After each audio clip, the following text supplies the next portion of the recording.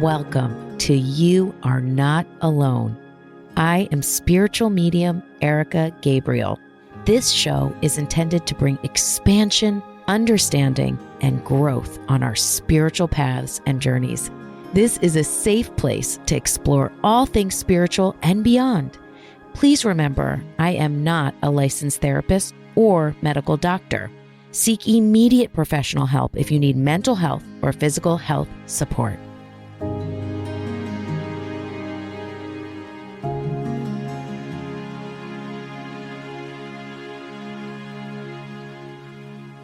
Hello. Welcome back to You Are Not Alone. Happy to be with you guys. I had a week off last week from the podcast, and I missed it. I really missed it. I was like, oh man. I woke up on Tuesday morning and I looked at I'll look at the podcast app and I'm like, oh, my podcast is out it was kind of a letdown. So, I miss being with you guys and I'm happy to be with you today. Yesterday was my birthday. It was one of the best birthdays I've ever had. And I told my daughter, Naomi, she's 9. I was like, this was by far my best birthday. And she was like, well, what about all the other work we did on all the other birthdays? She didn't like it. She was like, we've worked so hard on your other birthdays. What is this junk? This is your best birthday. She was hilarious. But it was the best birthday of my life. It's kind of like, when you imagine going to heaven and going to the other side and your whole friends and family are there and they're like, hi. And they're so happy to see you and give you presents and cake. You're like, am I in spirit? This is awesome. So I had the best birthday. And on my actual night of my birthday, my beautiful sister, Emelie, and her husband, Chris, and family hosted me at their house and our entire family, one entire side of our family. And it was so nice. And they had sushi, which is my favorite food. And it was just a beautiful, beautiful night. And I got so many awesome gifts. So it was awesome. And a lot of you wrote me and DM'd me happy birthday and that you love the podcast. And I'm like, this is awesome. This is so great. So it was a great day. I'm so happy to be recording today. I missed you guys last week. And I'm talking about Emelie, not only because of everything she did for me on my birthday, but because my sister Emelie is here. And I think last time you were on, we kept saying it was the 4th time you were on, but I actually think it was the 5th and now is the 6th. So this is the 5th or 6th time she has come on You Are Not Alone. And I read for someone yesterday. No, not yesterday. This was on Thursday. And she is a fan of the podcast. That's how she found me. And she was just like, I love all the solo episodes you've done this year. And that has been my favorite. The solo episodes and the episodes you do with your sister. Aww. She's like, those are the absolute best. So I'm so happy to have my sister Emelie back. So she is my sister, my older sister, much older. No, I'm just kidding. She's 4 years older, 3 years older? 3.5. 3.5, fair enough. She is my older sister, one of my absolute best friends. She is a soul sister and soulmate, all the things, really. And she's also a crystal therapy practitioner and an energy healer. And she has 4 kids and a dynamic, beautiful life. And we are dear, dear, dear sisters, friends, and have a very, very powerful connection in many ways. We are unbelievably different. That being said, we are the exact same person. Legit, literally. I'm just going to say to Emelie, good luck on this episode because we were like, let's switch it up and just talk about sisterhood and soul groups and us. Because people really do have so many questions after they hear our episodes. They're like, tell me more about you and your sister. So this is that episode, just our story and our connection. And thank you so much for coming on the show, Em. This is Emelie Collet. I am so happy to be back on the show. I love doing this with you. It is so, so much fun. I love your show, obviously. And I just want to start by saying, I think it's hilarious that in your idea of crossing over, people are giving you cake and presents. 100%. I'm like, wait, I have never thought that when I got to the other side, there'd be cake and presents. I could visualize that. Well, have you seen Defending Your Life with Mel Brooks and Meryl Streep? Absolutely one of my favorite movies ever. Yeah. And she's like, look, you can have whatever you want. I want 50 pies. And he's like, 50 pies, here you go. Like, you can have whatever you want. So I'm like, yeah, cake and presents. That sounds great. In spirit, that'll be good. That is so funny. I love that movie. And I love that Mel Brooks is staying in like a janky hotel and Meryl Streep is in like the Four Seasons. Yes.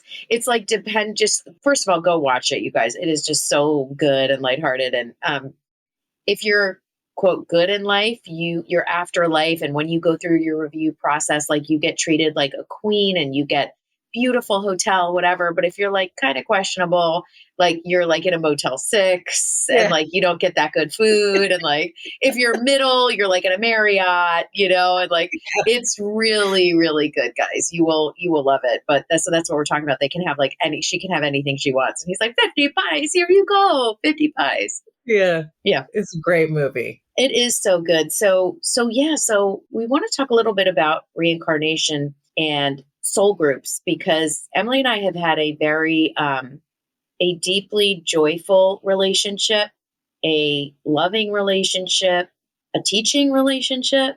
For sure. A spiritual relationship, I would say. Very spiritual. Absolutely. And we have to be careful what we say to each other because our words have a lot of power with each other. Like what you say to me, I manifest. And what I say to you, you're like, don't make that joke. That's not funny. I'm going to manifest that. Yeah, we like cast spells on each other, not in a mean way, but like she one time, oh no, I said to her, she was going on a boat trip. And I was like, oh, you're going to get so seasick on that. No, it was reversed. Oh, you did? You were going on the boat trip. And I was like, just be careful. Like, don't drink too much. Because when you can't get off, you're like, why are you doing this to me? Yeah, she was like, you can get so seasick. You're trapped on the boat. Like, just know that you can't get off. Like, you're going to get seasick. And I'm like, oh my God. You're like, you're ruining my night already. I'm like, I'm definitely going to get seasick now. And I'm going to panic that I can't get off. So bad.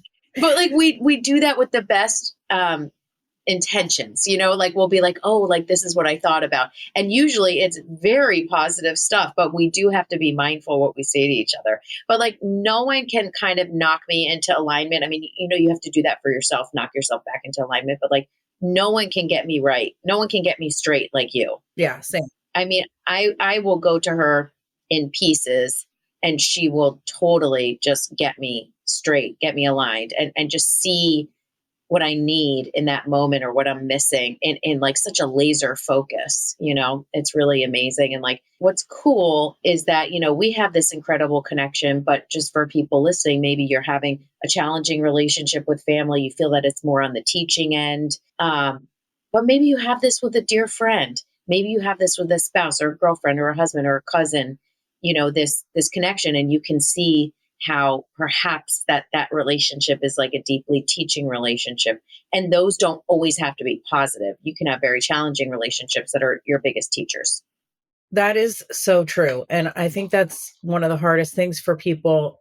You and I were talking about the holidays coming up. It can be really hard for people when your family relationships are the ones that teach you the most about how you don't want to be or how you don't want to be seen or thought of. And as we head into the holidays, there's a reason like Home for the Holidays. And there's like a whole trope in movies about how traumatic people find it to go home as an adult, and that's there for a reason. It's because you reconfront some of these real teaching relationships that can be extremely uncomfortable.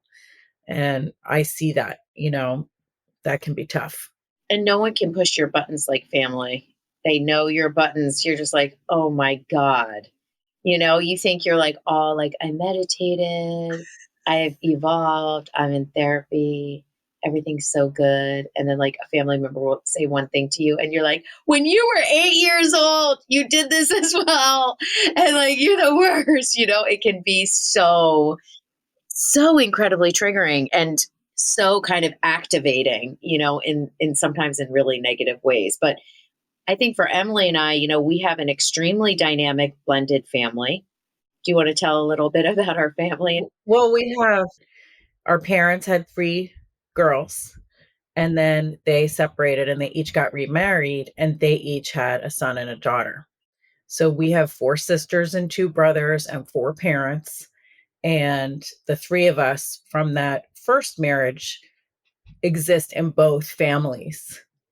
And so we have this really rich fabric of relationships and interrelationshipness that's multi-layered, and there's a lot of opportunity for reflection about navigating complex family dynamics. We're so lucky. I mean, I think there's this other element that happens for people, which is they don't have a lot of people in their life. So whenever it's complex, I always think in life, the journey is about learning, and whether you're learning because you don't have enough people or you're learning because sometimes you feel like you have too many people. There's no journey without learning. So I feel like in our family dynamic, we have a lot of opportunities to reflect on relationship. I agree. And I think the work that we've done to be able to enjoy each other is a beautiful thing, Hmm. which we're still working on. Absolutely. Well, the nice thing also is, so my Erica mentioned I have 4 kids, and my eldest is almost 22, and my youngest is 11. And our older sister, has 2 girls who are the same age as my 2 oldest.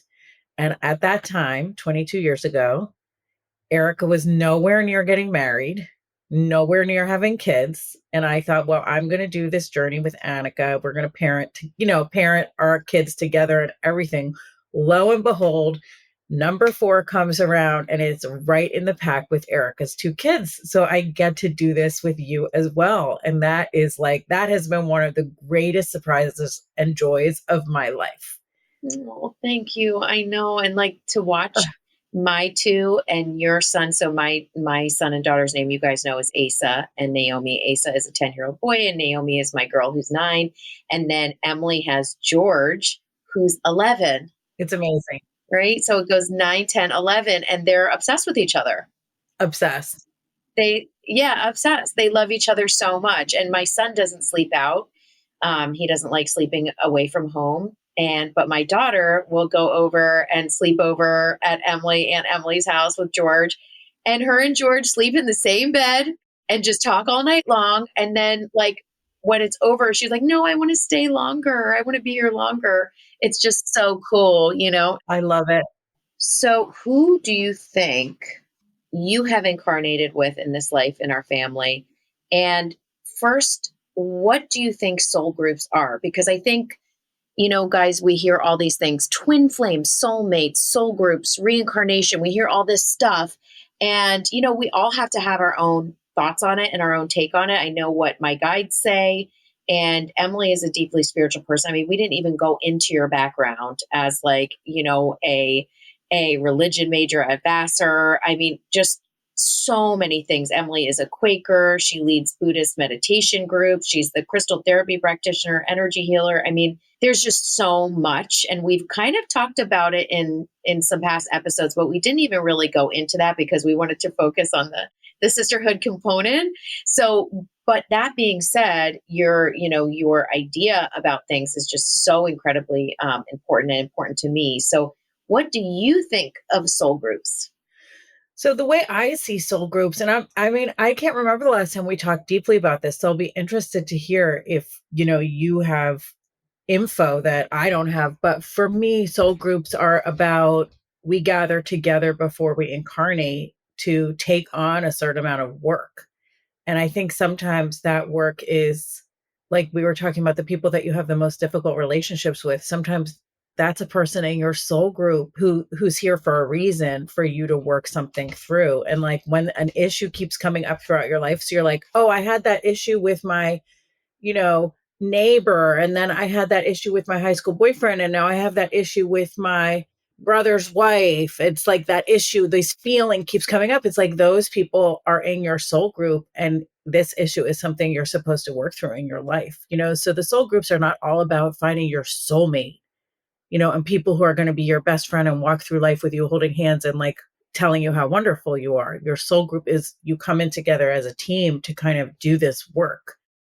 I see it as working through anything that keeps you from God, basically. God to me is universal love, universal energy, universal compassion, oneness. To me, the word God, oneness, and love, it's interchangeable.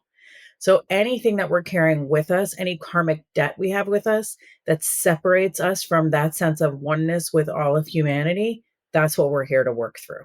And the clearer we get, the more we release stuff so that we can be more connected with universal oneness and compassion and love and God and our divine purpose. The more we do that work, the better the universe gets. And it's our soul group that comes in together like a puzzle piece to help us each kind of do the things we have to do to make that work happen. I absolutely concur. And I love how you put that. I think, one thing that I would add for me that I've seen is that before we come, just as you said, we also see the things that we want to go through or understand to evolve our soul, which is to help the collective, as you're saying, that God energy. So our soul has some purpose here. And, people always ask about their soul purpose. And I literally wrote a course on how to find, your purpose called The Way. And, your purpose doesn't have to be you are a doctor. You know what I mean? Just one thing.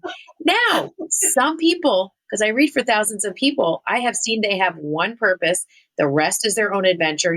They came to be a doctor and to, serve humanity through modern medicine. Right. And so it's interesting.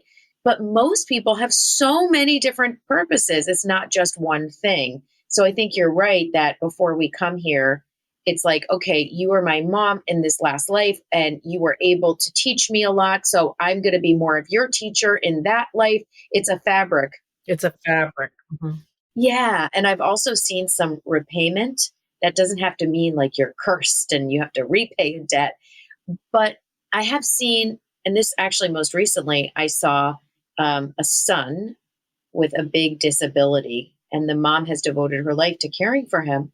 And I saw in the reading that he had done something similar for her before. Oh, that's beautiful. It's beautiful. So in the story of her soul, which is very long, this was one part and one lesson. So I think you're absolutely right. That's really beautiful. It really is. And I've also seen like the interesting things that I've seen that was kind of surprising is like a family being in a horrible crash. And everyone's surviving except randomly like one of their children. Oh God. Yes. And it's almost like that child, there was some kind of thing about like the family and the family's experience here. And it's really sad, but there's many different fabrics and layers and we don't always know why certain things happen, but we have to believe that there could be some component of for a reason, right? I'm not saying has to be, right? Yeah. I mean, I personally believe that part of human existence, if we look at like the experience animals have on this earth, sometimes just bad things happen. And personally, I don't think it always has a reason. I think there's always an opportunity for learning when things happen. So, but I don't think it's a reason. It's like you can get something out of a terrible experience, but I don't believe like, oh, well, that was meant to happen to me when everything bad happens. It's like, this is part of the human experience. We are breakable. We're fragile.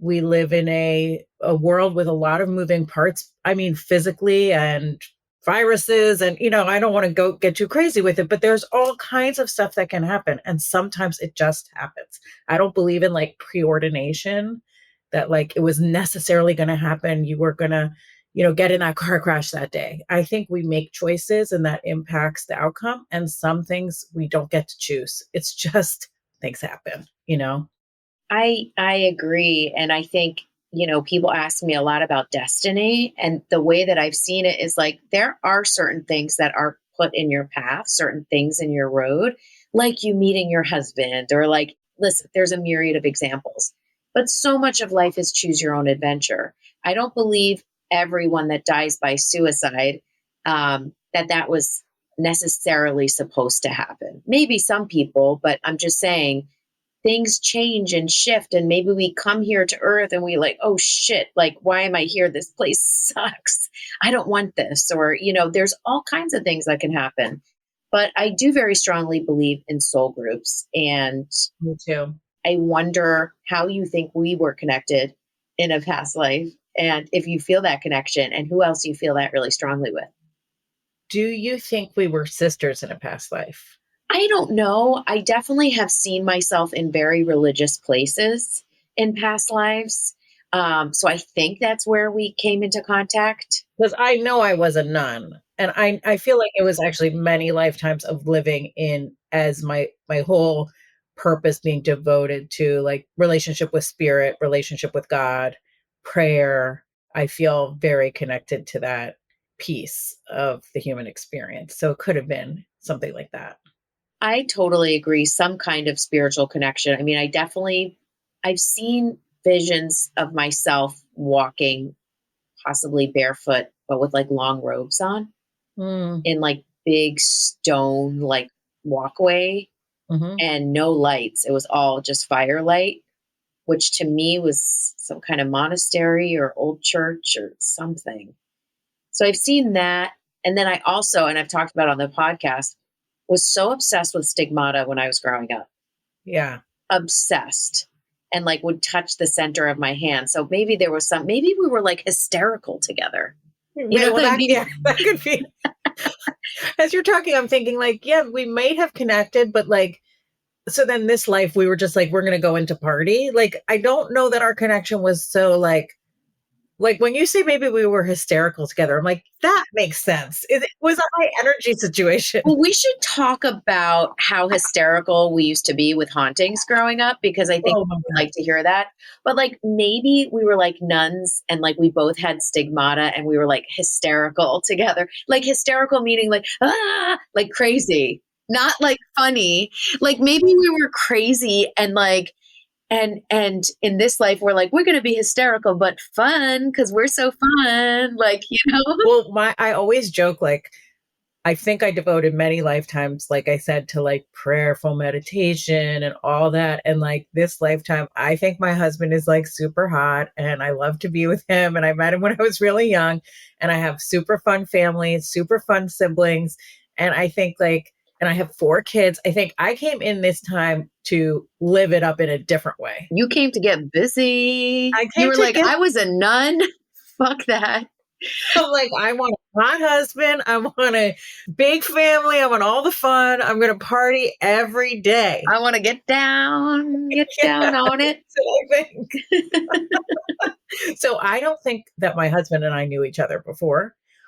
And I always said that. And like we met when we were 14 and it was like zing, like, from that movie where like you're waiting for that zing. We definitely had that zing and we still do. And I always said, like, I feel like we just met. And people would in college would think I was joking. They'd be like, you've known your boyfriend since you were 14. Then like when we had been married a few years, I'm like, I feel like we just met. And people would be like, ha, ha, ha. I'm like, no, seriously, I feel like we just met. And then I had a reading with you and you were like, oh yeah, you and Chris just met. We had a reading with another person who was like, oh, you two have never met before. I'm like, I know. Oh, wow. I didn't remember that. So you're like, oh, you're brand spanking new. This is great.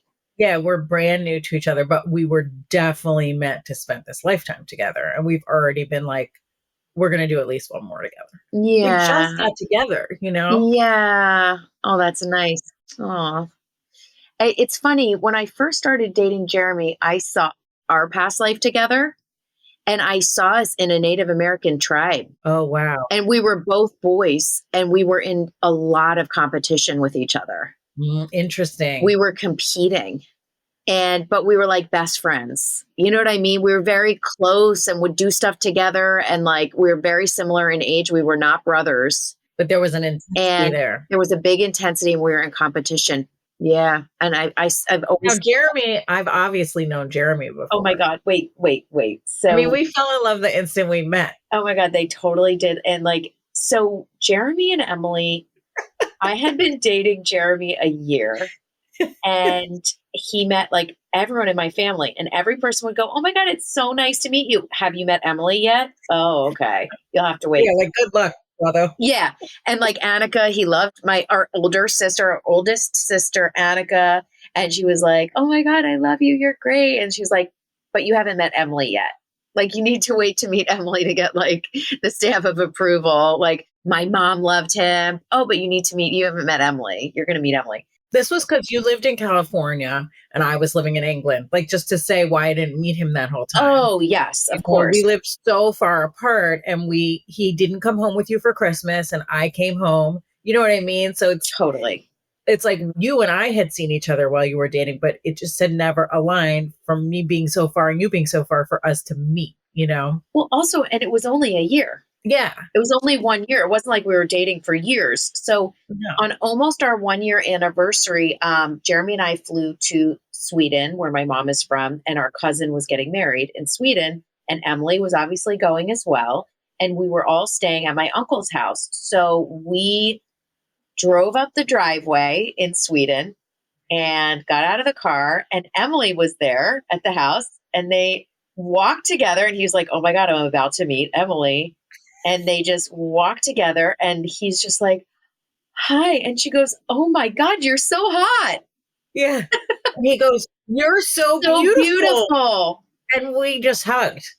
And they just gave each other a hug. And it was like hot and beautiful, like who you are. It was just like this instant, like, oh, you're beautiful. I know you. Yeah. Yeah. I know you. Oh my God. Yeah. And the two of you together, I mean, it is wild. They are so funny. They just have an amazing relationship. We have so much fun together. We really do. I mean, I definitely knew Jeremy. He's not like, my husband is hard for me to understand sometimes. Jeremy, it's like, I get him, you know, because we've known each other before. Yeah, it's beautiful. So there's a lot of soul connection within our family. I love that. But then you did a past life regression. Yeah, that was. I want to have her on the show. Would she be someone good to have on the show? I think so. She's very like expressive. But the thing that surprised me the most about the past life regression, and I've been thinking about this a lot, and I want to go back and do like a full session with her because this was kind of a group session. So I don't totally believe in the concept of shadow self, but you know, the idea of a shadow self, like we have motivations, desires, beliefs, needs that we are not consciously able to be aware of, and that those things cause us to behave in certain ways that we don't really understand. And when we access our shadow self, we can understand deeper things. I mean, the reason I don't totally believe in the shadow self is because I don't think we should see like a darkness inside ourselves that's like evil motivations that we're fighting against. I don't buy into that, but I think the concept can be useful. And so, like with the shadow self idea, you don't always know. It's easier for you to access things you like about yourself than things you don't like about yourself. So I think with the past life thing, it's like, yeah, I've seen myself in like Chichen Itza as like an early person, and I've seen myself in a convent a million times and stuff, but I've never seen some of the harder lives to see because it's harder to access those, at least for me. It doesn't really come up. So and part of it I think is okay. It's like we're moving forward and we're focusing on the things that we want to be focusing on in this lifetime. We don't always need to drag everything with us. It's okay to do that. But part of it is we may be carrying things with us that we're not aware that we're carrying because we can't quite grasp them. So when I did this past life regression with her, what I saw was completely unexpected. And it was just sad. And like, it really, like, I felt really sad for that life that I had had. And it did give me some things to think about what from that life am I carrying with me, about loneliness, about not being acceptable, about being rejected, and thinking about how some of those feelings feel familiar and that I may have brought them with me and they don't need to be part of this life. So it was a really powerful tool because in this past life, I was like a rejected family member who had a deformity. And you were cast out because you were deformed. Mm-hmm. And so when I think, wow, some of those feelings feel familiar, I'm like, well, that makes no sense for my current life. Why have I had those feelings of not being acceptable or like I might be cast out? those are some dark private feelings, but that come up for me in my life. It's like, well, maybe I'm just carrying those, and it's okay to just set those down. They're not about Emelie. That is not Emelie's life at all. So it was really powerful to just kind of get a window into that. That's amazing. Have you ever seen a past life that you were shocked by or that, was uncomfortable? Yes, I did. Do you want to share? I did an Akashic Record self meditation through listening to someone else's podcast that I really love. And he did this whole Akashic Record meditation. And I don't really do that much where I'm like taking myself through something or even get readings. And everyone knows that. I don't do that a lot. But I decided to do it as he went along, closed my eyes and did this whole Akashic Record review. So he basically takes you through this meditation or visualization meditation where you finally go into the library of the Akashic Records and you open up your chapters. You have basically a shelf there. And I looked in it and I saw a man, and what was known to me and what I saw was in slavery in the deep South. And he was carrying, it wasn't cotton or anything. He was carrying wheat or it looked like hay or wheat on his back. Mm-hmm. And he was kind of doubled over and just carrying and carrying and carrying and just with his head down and not talking to anyone and just carrying. And it was just terrible. And when I came out of it, I just felt like that back trauma I've kept with me since I have such, I don't want to say a bad back, but I have so many back issues. So that one surprised me a lot. That's interesting. I was not expecting to see a slave. Yeah. A male slave. But if you think about the human experience, if we're going to keep coming back, the chances that you've never been, I don't want to go dark, but like you've never been murdered or you've never had a horrible life or you've never injured someone else, like the chances are zero. I agree. I've read for people and I'm just like, oh my God, do I tell them this? Like, I'll see them in the Holocaust being shoved into a gas chamber. I was just like, oh fuck, like, this is just so bad. I mean, I've also seen something interesting too. Like people are like, was I Marilyn Monroe? Was I this? I've never seen a famous person reincarnated. No. But I have seen people that were like, I've seen a fisherman in Thailand. I've seen all kinds of just hardworking people, It's not always just people. Yeah, just people. So that's the only life that surprised me. But the religious lives and then the lives of where I've done this type of work many times doesn't surprise me. The Native American lives don't surprise me. But that was really surprising when I had someone else take me through. That's what I saw. Which is what can be like, I think you and I both talk about this. I definitely talk about this with any client that I work with. Like, you don't need me. I'm not giving you anything that your intuition can't access, and I think any healer or person who works with someone in a spiritual way who suggests that the person needs you, that's a red flag for me. Stay away. Having said that, both you and I just said that the lives that we touched on that surprised us, we had a facilitator. Totally. Sometimes when you take your own hand through a journey, you might make choices that you make in your waking life, which is to walk a more comfortable path. Sometimes someone who you trust can take your hand and help you walk a more difficult path than you would be able to do on your own. So it's kind of like, sometimes having someone there with you can help you access other things. I so agree. But we also, I think we reveal a lot throughout our lives about things that we're unconsciously revealing. So the thing with my disability, my deformity, it was like a mouth thing. And when I went to get my Invisalign a couple years ago, and he had the x-ray and he's looking at my teeth, I said this sentence that doesn't make any sense for my life, which was, is it even possible to fix them? Are they worth fixing?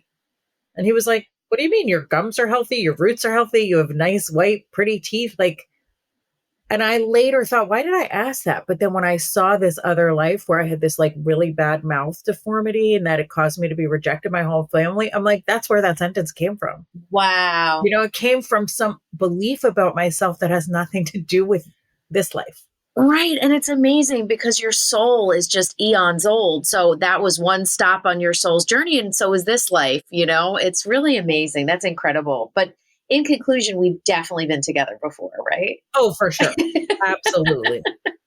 And we're so lucky. We were like, this life is going to be, obviously there's work in every life, but we're going to have a lot of fun. Let's go do it together. Yeah. And we're going to have each other's back and like, it's going to be amazing. And Amazing. it's funny because when I said earlier in the podcast, when like maybe we were like hysterical together, like maybe we were just like total, like, holy rollers, no offense to anyone listening, but like we like were devotees at like a church, like a mega church. And like, we were speaking in tongues and like we whipped each other up and like, or maybe we were burned at the stake together because we were hysterical together. I don't know, but definitely witches. I mean, a lot of the women in our family are and have been witches, Oh my God. Yes. And like, it's yes, absolutely. Oh shit, I lost my train of thought. But when we were younger, Emelie and I were hysterical about hauntings. Definitely. Absolutely hysterical. And that's why we're talking about the possibility of being hysterical in other realms. Oh, I know what I was going to say. Reincarnation doesn't have to be linear. So like your next life, you can reincarnate to another place in time. Mm-hmm. I don't believe that time is a straight line. So I just wanted to say that when I said like we were like holy rollers. No, I think there's a web. And the whole web is woven in a complex way. Agree. And it overlaps and interacts in ways that we don't yet understand. I so agree. And like sometimes I think that about when we see, quote, UFOs. I'm like, that's just probably us. Yeah. But not yet.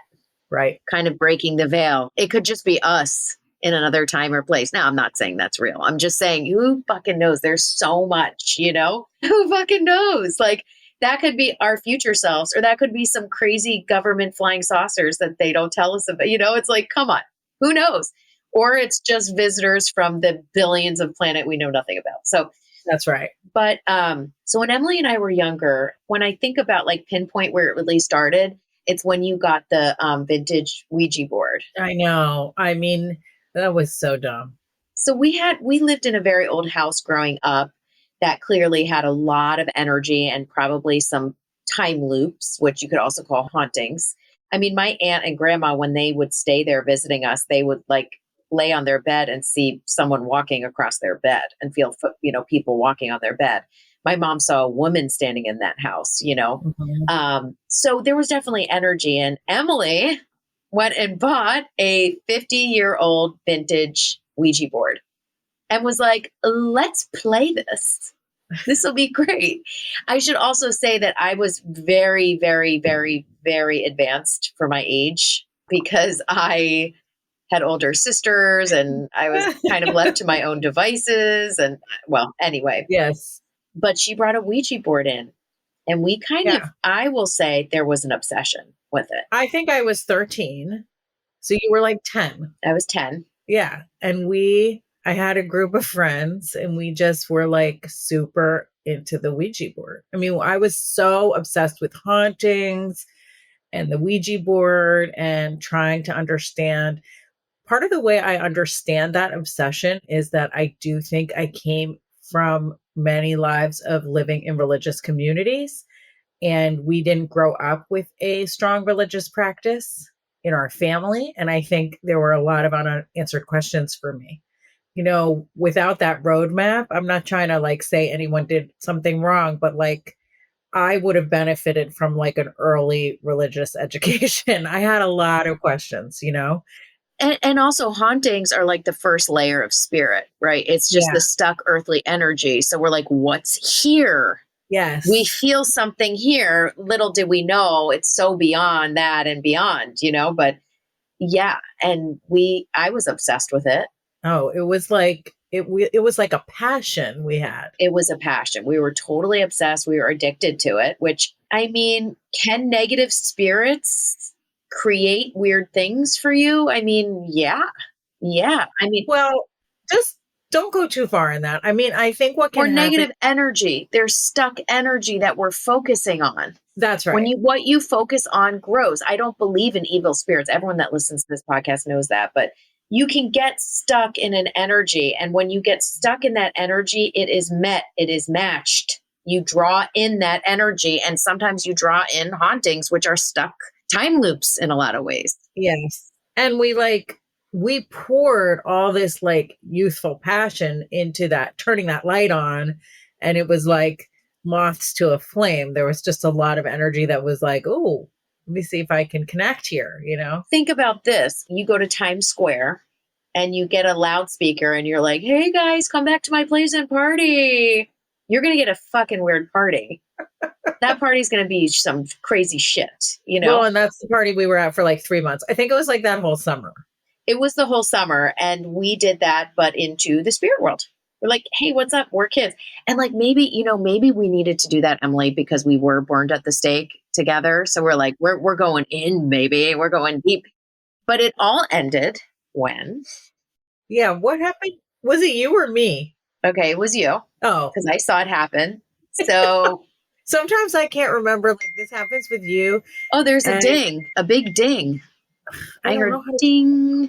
That's okay. Don't worry. I'm sorry, guys. Yeah, that's my fault. I thought I don't know how to stop it. It's kind of like ding. You have 10 minutes left of discussion. Thank you. Come again. Yes, you are not alone. Yeah. Yeah. So what were we saying? So we're talking about basically what led our stepmom to take the Ouija board and crack it over her knee and throw it away. Yeah, she broke it, right? She broke it. She was like, this shit is over. Yeah. You guys are going nuts. This is totally not okay. And she cracked it in half and threw it away. Yep. She was like, we're done. We're done. But we were do you want to tell it or should I? You tell it.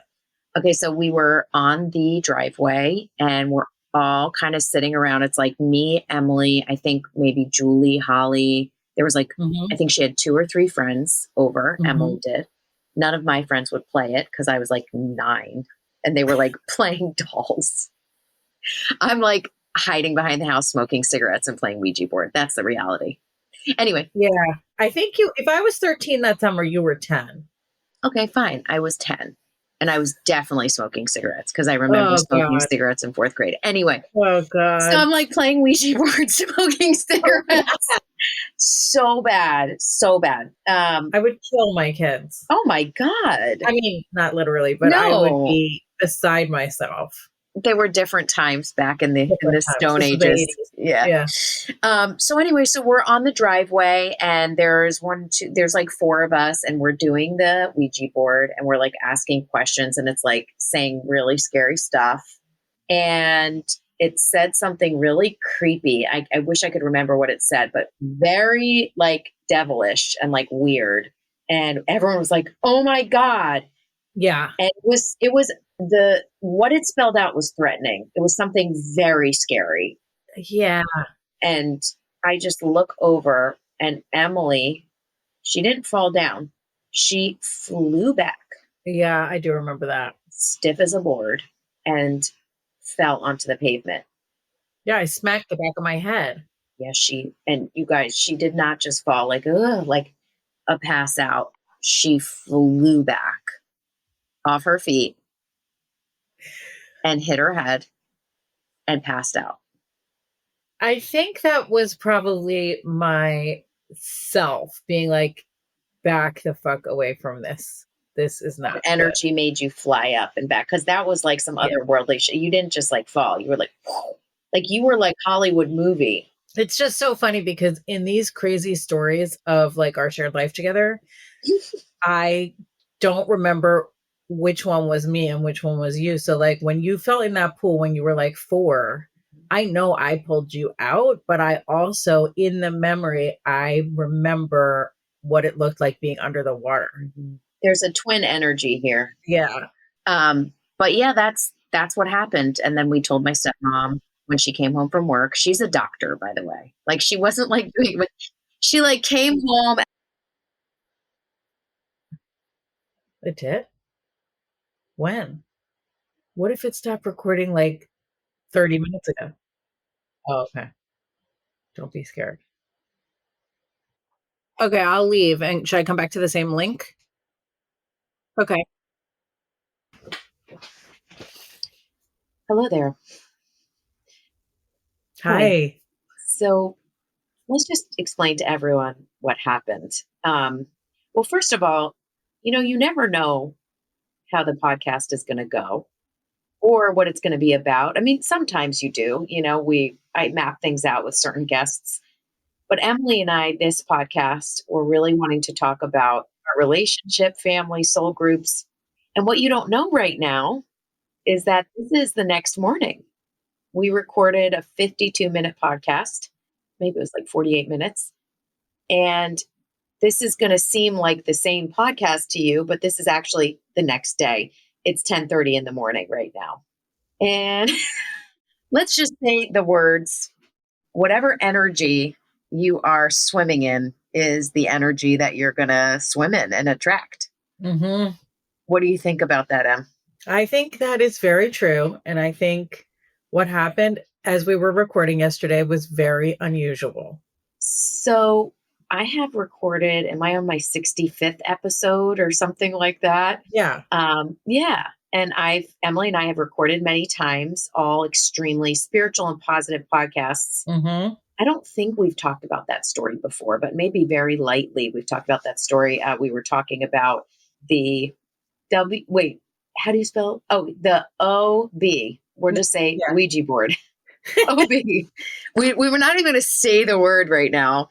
I've always warned my listeners and my clients to never mess with it. And basically what happened was we're recording, we're telling the OB story, and all of a sudden it stops recording. We got kicked off the podcast website because it said there were too many people on at the same time. it said there were too many people on at the same time. So Emily and I are literally talking about probably one of the most intense, almost negative spiritual experiences that we shared together. Yes. And something that it's just not necessary to talk about. I mean, it's interesting, but we usually keep it so in the light and not we're basically telling a ghost story in a way. You know what I mean? Like a spooky story. correct. Mm-hmm. And it just was like, it can't record you. There's too many people on here, too much energy. And so Eric talked to our producer, and the producer said no one else is recording right now. It's just you two. Yeah, he was like, there's no one else scheduled to record. And I'm like, well, I thought it was weird that it wouldn't tell if someone else was coming on to record, it would say there's already people recording. And he says, yeah, that's what it normally says. So it just said can't record, too many people recording. And something you and I have talked about, Emily, is our energy together is this is what the podcast turned out to be about.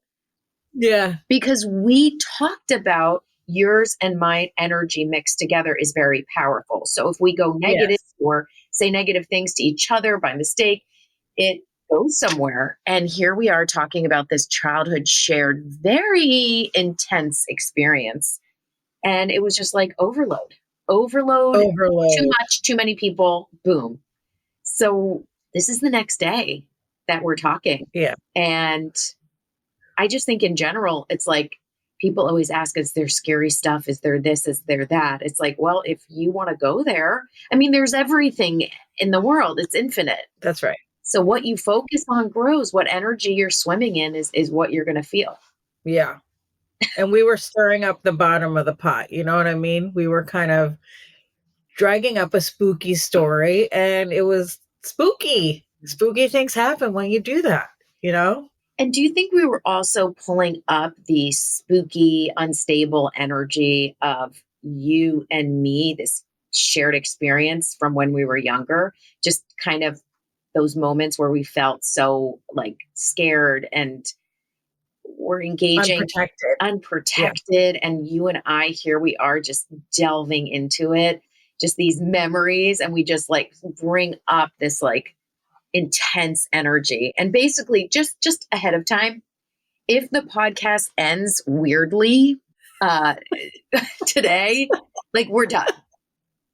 We're not coming back on. We're not going to wrap this up nicely. We're just like, if it's done, it's done. And we're going to say goodbye, preemptively say goodbye. But like, well, then I should get to my crystal recommendations in case we get cut off again, because I feel like if people are like, oh, Erica's having Emelie on again, they're going to expect at least one crystal recommendation. I so deeply agree. I think, we had discussed you talking about some great crystal support for the end of 2023 to really ground this intense year and maybe ground yourself when you're going to be around family. Even if it's wonderful relationships, it can be a lot of energy, as you've seen between Emelie and I today or yesterday. And Oh my God. maybe some crystals that can take you into 2024. But I Yes. will say that was wild. And we, as you know, talked about in the podcast, Emelie's and my energy together. And it just shows you once again, two people that think alike and focus on something. It's powerful. Well, that is such a good way of saying that. It's like, and you see that power in groups of people. It is true. It's like, be careful what you're participating in with your energy and how you're pitching your energy out into the world with certain thoughts, beliefs, and feelings, and what that's bonding with out in the world. So I think you and I both, in the work that we do, we're extremely respectful of that power and make sure to shine light whenever and wherever we can. And like I said, I think we went into a ghost story and it just got into a bit of a twirl. I agree. And it got into our past selves. Yeah, which was way more frazzled at the edges. And hysterical. I like the word hysterical for you and I. Through past lives, through this life, we get crunkety crunk crunk. We get it. Crunkety crunk. We're being dragged off to be burned at the stake like witches, and the leaves are swirling around and fires are lighting. You know what I mean? Yes. And we're just we had this crazy experience. I don't even know if we finished telling it, but we're not going to do it. Listen, No. Don't let your kids buy OB. No. Don't let them. Don't play with that. Don't play with that. I'm on the fence with pendulums as well. Just be really mindful. But one thing that is a beautiful tool and a positive tool are crystals. Okay. And Emelie does powerful sessions, and we're going to tell all about her website at the end, but she's going to just give us a few minutes here of crystals. Yep. Real quick. Yes. So first, for the holidays, when I did some work before this podcast to just think about your listeners and what you would like for the holidays, there's two things that come up. One, and if everybody could just take a quick second, if you're driving, don't close your eyes. But other than that, take just a quick moment, close your eyes and take a breath so that you can connect and receive if any of these recommendations are hitting the nail on the head for you energetically.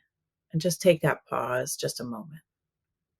So the two things that came up for me, the first one is like you were describing, Erica, when people need a little bit of protection, grounding, and balancing. Like you and I were talking about before, sometimes when you get around family or other versions of yourself that you have grown out of come up and you feel thrown off center. You're like, this is not who I am anymore. Why am I acting like this? Such a good point. We go back to who we were or our role in the family, even though we've changed and evolved. And that's not who we are in our adult life with our chosen, the people that are around us most of the time, so that happens for people. So for people who are going into family groups like that, to keep your center, use black tourmaline. It's protective and it drains excess and frayed and unwanted energies out of the energetic body. You do not have to worry about it being too heavy or anything. Black tourmaline is wonderful and you can hold it. And when you feel off center, step aside somewhere, take a moment, touch your black tourmaline and visualize it like a drain plug in a bathtub. And imagine that all the water is all the energies that have nothing to do with you and you don't want to be surrounded by. And it just drains it right out of the energetic body. So black tourmaline. Number two, the other thing that came up for me is not everyone has lots of family and lots of events. For some people, the holidays, there's someone missing, or there's family missing, or it's not what they thought it would be. They're lonely, and loneliness is a big part of the holidays for a lot of people. So what comes up for that is green aventurine. It is a light, gentle heart support. So when we aren't getting what we thought we would get, or when we're alone, or when we're missing someone, we can close our heart down and feel tight and sad. And the truth is, the world needs each and every one of us to be here with our hearts open. We have a bigger purpose. So green aventurine is wonderful for that. And it connects us with nature, because it reminds us that our primary relationship is not just with people, but with the earth itself. And so if you're feeling lonely, connect with green aventurine. If you can, get outside, look at the sky, feel the earth, and remember you're here for a reason. So those are my two recommendations for the two things that came up for the holidays. I think that's so powerful. And I think the idea of grounding is amazing. And I love the idea of touching on people. Even sometimes, you can be in a room surrounded by people and feel really lonely. So Mhm. I love what you're saying. And that's so clear. And can I get black tourmaline on your website? Oh, Yes. good. Yes. Good. And it can be very hard. And if you're going through that, I mean, this is outside of my purview, but stay off social media if you're feeling lonely, because people are posting these moments. And to your point, Erica, you have no idea how people are really feeling when they show you that picture of the party or with their husband or whatever, but you project what you wish you had. So just take a break from all that. Just be with the earth, connect, keep your heart open. So for 2024, I see three crystals for 2024. And my sense for your listeners, especially, is that everyone has been working really hard, opening themselves up, doing their spiritual work. They're here listening to you for a reason. And there is a movement around the world. We all feel it, of spiritual growth, spiritual movement, people evolving. So for 2024, one of my recommendations is a very powerful crystal.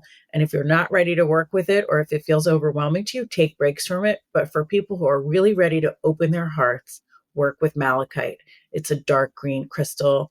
It's an energizing crystal. So it's really going to push you forward in that heart opening, that connecting with others, connecting with your purpose. So malachite. My second one is picture jasper. And if you've seen, you can Google it. It is gorgeous. And it's called picture jasper because sometimes it literally looks like a photo of the American Southwest. Like, it can have all these layers and everything. It's really beautiful. What I love about picture jasper is that you feel so grounded when you work with it. But the important thing is, you're not grounded just right where your feet are. You're grounded. You realize the whole earth is your home.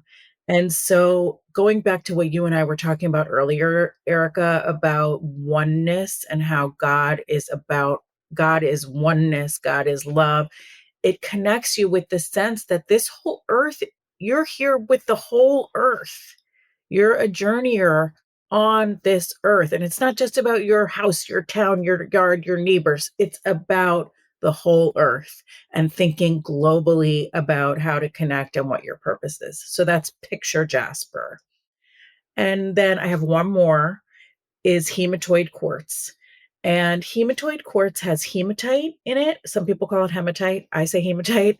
And it's clear quartz with red in it, because the hematite looks red in the quartz. Hematite is such a wonderful grounding crystal, and quartz is so elevating. And when they work together, it is like next level energy. You can be a creative thinker. You can program this crystal, so it's grounding and programmable. So whatever you're trying to work on. And if you want to learn how to program a clear quartz, I have it in my blog, step by step, how to do it. So hematoid quartz. So whichever one of those stands out to you as the kind of energy you're looking forward to working with, grab one of those crystals, clear it. You can clear it in a singing bowl, picture jasper, don't put in water, but the other two can be cleared in water. Or if you don't have a singing bowl, ring a bell, play an instrument, anything. Get some sound going around this crystal and then sit with it and connect with that energy. Thank you so, so much.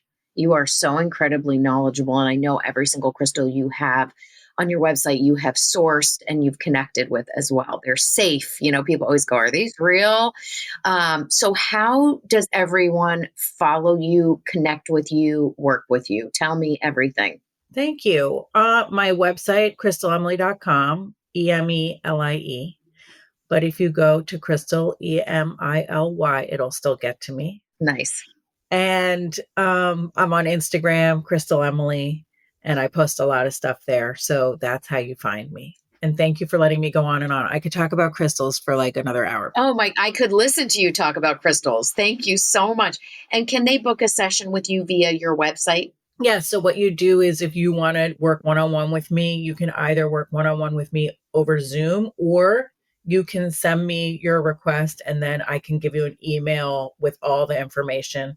And that's specific to you. Absolutely. It's about your energy. You fill out a detailed energetic questionnaire, and then I spend a lot of time. I do a crystal card reading. I have your energy, so I have all this information, and I do a crystal card reading. I do a meditation, and I do a whole write-up. It's pages and pages for you about how to adjust your energy right now. So I can deliver that information over email or over Zoom. That's up to the client. So you just book it and then I reach out to you and we go from there. It is really fantastic, you guys. It's really special. And so are you, Emelie. I love you so much. I feel like this episode just went total rundown of our past lives, our childhood, our present selves. I mean, it is, you never know what's going to happen. And this was just wild. I mean, it's not Halloween. I'm like, what just happened here? Not that Halloween is more ghostly, of course, but I will say the universe responds to the nature of your song. And if you're banging a drum or singing a song of intensity or spookiness or whatever, that's how the universe will respond. So Emelie, you're amazing. I love you with every piece of my heart and soul. Thank you so much for coming back on the show. I love you so much. And I just want to say that all the work you're doing is so beautiful. You just pour light out into the world in every way you can, on your Instagram, on your podcast, on the work you do. And you really steered all this creative and spiritual energy that you have just to do good and bring light to others. And it's really wonderful. Thank you, sister. That really means everything to me. And that you think that and feel that. I love you so much. And to everyone listening to this podcast, I love you too. And you guys know that. I mean that from the bottom of my heart. I'm thinking of you all.